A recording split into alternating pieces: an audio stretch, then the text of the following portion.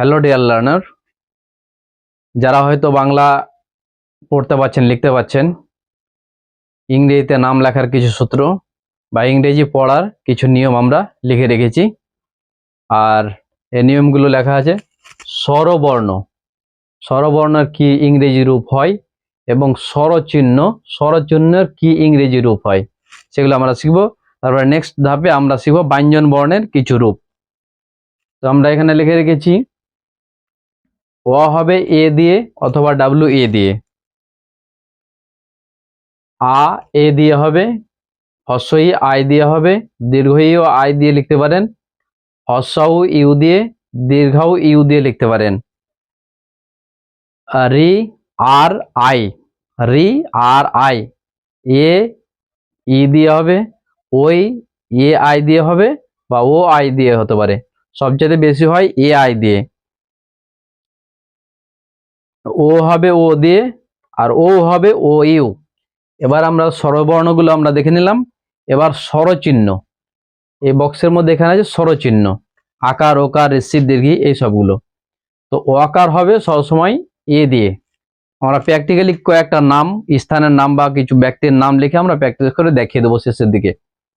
অকার হবে এ দিয়ে, আকার হবে এ দিয়ে, ঋষি হবে হ্রস্ব আই দিয়ে, দীর্ঘি হবে ডাবল ই দিয়ে, হ্রস্ব হবে ইউ দিয়ে, দীর্ঘ হবে ডাবল ও দিয়ে, একার হবে ই দিয়ে, ওইকার হবে এ আই দিয়ে, ওকার হবে ও দিয়ে, ওকার হবে ও ইউ দিয়ে।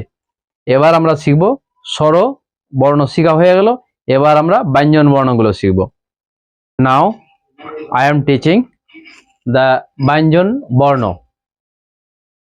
ট্রান্সলিটারেশন অফ ব্যঞ্জন বর্ণ two letters or alphabets.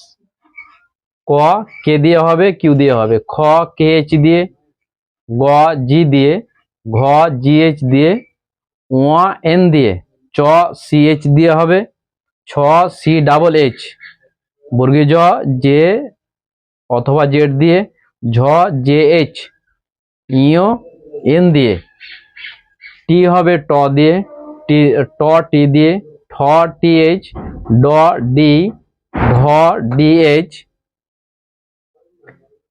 দন্তান্ন N দিয়ে, ত টি দিয়ে, থ টি এইচ, দ ডি, ধ ডি এইচ, দন্তান্ন এন দিয়ে, প পি দিয়ে, হ পি এইচ অথবা এফ দিয়ে লিখতে পারেন, ব বি দিয়ে, ভ ভি দিয়েও লিখতে পারেন, বিএইচ দিয়েও লিখতে পারেন,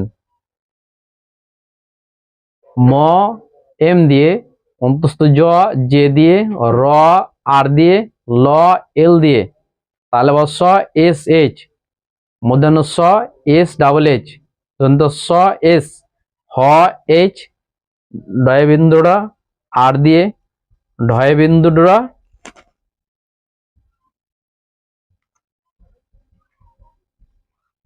আর এইচ, অন্তস্থ ওয়াই দিয়ে হবে।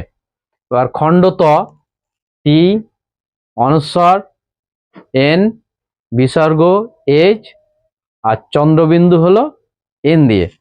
এই ফর্মুলাগুলো যদি আমরা শিখে যাই বা শিখে যান তাহলে কিন্তু যে কোনো ইংরেজি নামের বানান, কোনো জায়গার নাম, কাউরের নাম, যে কোনো ভাষার কাউরের নাম পড়তে আপনার সুবিধা হবে। বা এখন আমি কয়েকটা বাংলা শব্দ নিয়ে এসেছি, কিছু জায়গার নাম আছে আর কয়েকটা ব্যক্তিগত নাম আছে। এখানে অকার আকার উৎস দীর্ঘ সবকিছুর ব্যবহার আমরা প্র্যাকটিক্যালি দেখে নিব। আমরা এখানে ভালুকা লেখা আছে, এটাকে আমরা দুই ভাবে লিখতে পারি, বিএইচ দিয়ে ভ লিখতে পারি, ভি দিয়েও আমরা ভ লিখতে পারি। সেহেতু ভালুকা, এখানে বিএইচ এ ভা, এল ইউ লু কে এ কা, ভালুকা। এখানে ভি এ ভা, এল ইউ লু কে এ কা, দুটোই বানান ঠিক, আপনি যেটা লিখতে পারেন সেটাই ঠিক আছে। অফিসিয়াল ভাবে এটাও লেখা থাকে, এটাও লেখা থাকে। এবার আমরা দেখবো বলরাম। বলরাম অকারের ব্যবহারটা খুব জটিল অনেকের ক্ষেত্রে। তো বলরাম হবে, এখানে ব হবে বি আর ল হবে এল, একটু ফাঁক করে আমি লিখলাম গ্যাপ রেখে। আর র হবে আর, আকার হবে এ, আর ম হবে এম। এবার বলরাম, এখানে বল বি এল শুধু দিলে তো হবে না, এখানে একটা অকার বল, বলের মধ্যে অকার আছে, এখানে কিছু নেই, তার মানে এখানে একটা অকার লুকিয়ে আছে, অকার সমান এ হয়, এখানে উচ্চারণটা বলরাম হবে, এভাবে বানানটা লিখতে হবে, বি এল এ বল, আর এ এম রাম, বলরাম বা বলরাম। এবার তারপর বিশনপুর, দেখে নি এখানে একবার বয়সি হচ্ছে, আগে অক্ষরটাকে আমরা দেখে নিব, ব, ঋষি সমান I, S H A N P U R, এভাবে আমরা লিখতে পারি বিশনপুর। বিশনপুর, তো এখানেও ওয়াকার একটা লুকিয়ে আছে, সনের মধ্যে ওয়াকার লুকিয়ে আছে, উচ্চারণের উপরে ডিপেন্ড করে সবকিছু। এবার তারপরে আমরা রাম, আর এ,